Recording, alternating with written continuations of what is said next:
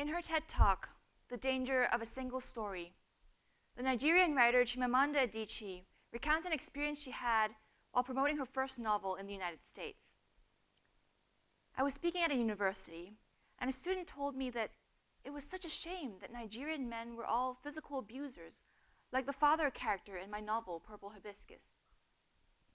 I told him that I'd recently read a novel called American Psycho, and it was such a shame that all young Americans were serial killers.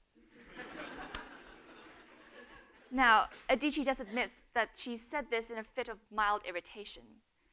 But this story for me was a very powerful reminder that there is no single story that we can tell about anything in life. And for me, that also meant that ideas about what constitutes a good society inevitably emerges out of a tapestry of narratives that we weave every single day of our lives. In her anthology, Dreams of a Common Language, the poet Adrienne Rich writes,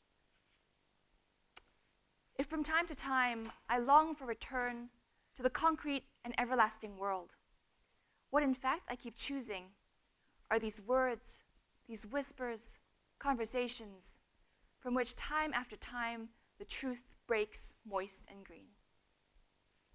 Genuine discourse and dialogue may seem like a very simple thing, and it often does yield more questions than answers.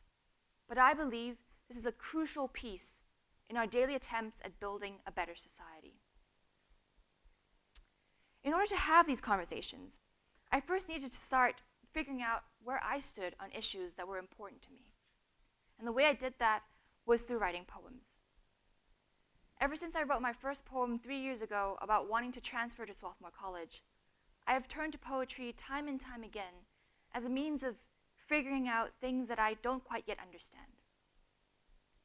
Ultimately, I believe that such poetry is meant to be shared, because it is only through pooling our common understandings of the world that we can learn how to live better with one another.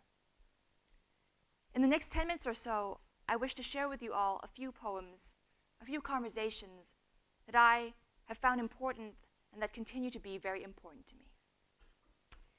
This first poem is called What I Choose to Need, or What is Needed Here.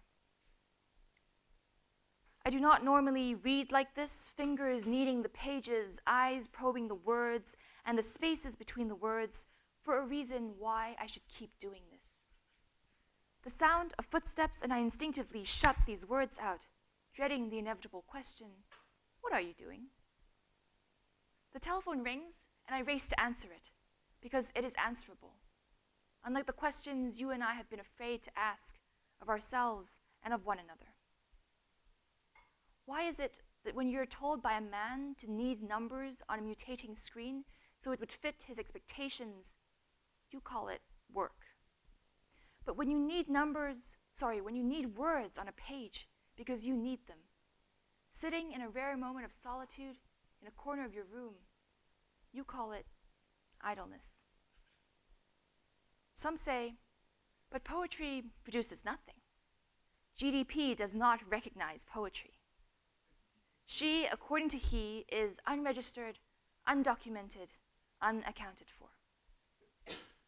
Some ask, can words feed a family of 5? I reply, there are other ways of starving.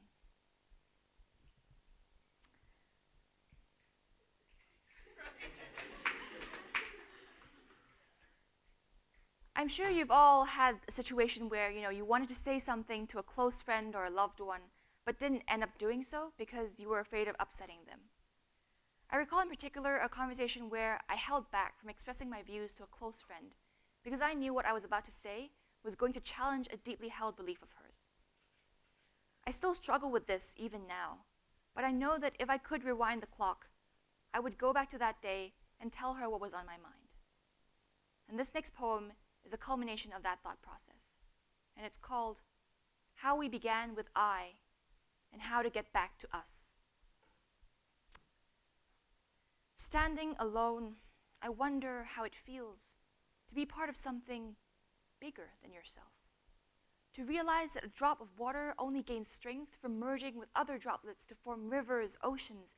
They say 60% of the human body is made up of water, And I wonder how we still live believing the myth that we don't need anyone else to survive. If it were so, we wouldn't have invented language, wouldn't need a heart. I was told that the word courage comes from the Latin word cor. It meant telling others your story wholeheartedly. I wish we lived wholeheartedly, but we are always afraid to feel vulnerable. To feel anything at all feels like falling, and we're fearful of the hurt that comes with not knowing whether there will be someone to catch our fall, or whether we will simply end up with scraped knees or hearts. But I am always reminded of the words of the poet Audre Lorde, who said, "When we are silent, we are still afraid, so it is better to speak."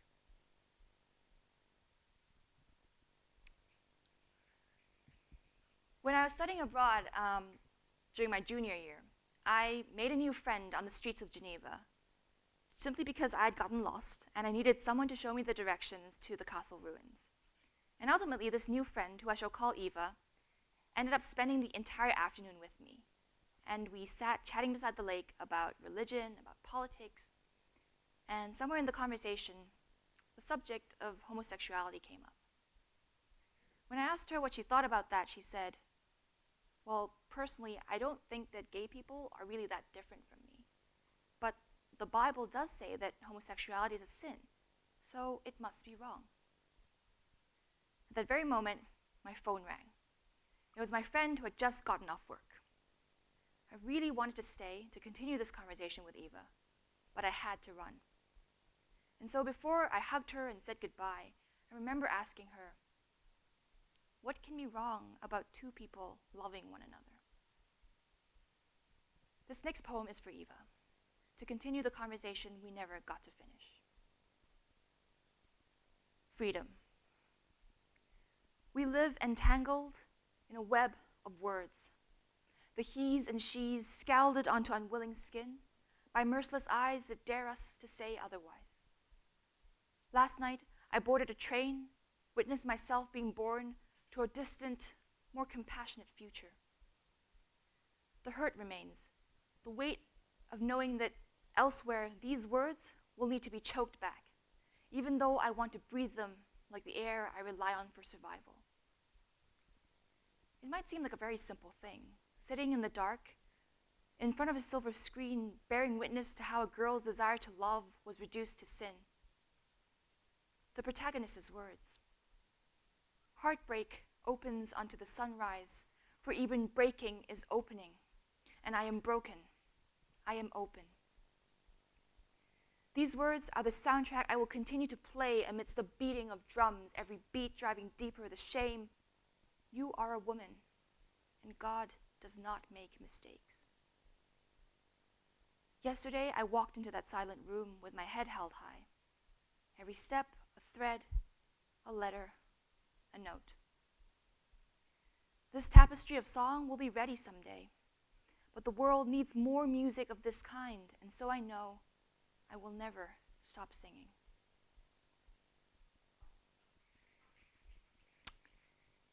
They say it takes a village to raise a child.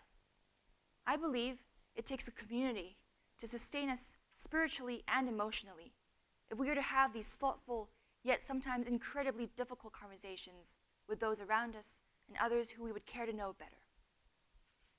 Describing a scene at the New Yorkan Poets Cafe in the Lower East Side of New York City, Adrienne Rich writes, "Wide as the social, political, aesthetic differences were among the poets and among their hearers, a community arose in that undertaking. Under harsh lights, with a sometimes wayward mic, poetry lived, pulling us towards each other." Swarthmore has taught me the meaning of community, and I'm always grateful for having been a part of it. And this last poem is for you all. What I am fighting for. Sometimes I think I am fighting for those who lie in their beds at night, shivering. Not because it is cold, but because they can feel the creaks of the door in their bones, remembering the night the soldiers came, their boots leaving behind permanent marks in the mud. Sometimes I think I'm fighting for the planet that bleeds out its hurt in the melting snow caps and overflowing rivers, fighting for the trees whose arteries have been plucked out at the roots by steel-tipped fingers. But there are times like these, as I stand in a room amidst a community of beings willing to offer up their bodies as prisms through which the truth shines through and is set free. I know I am fighting for nothing more, nothing less than this.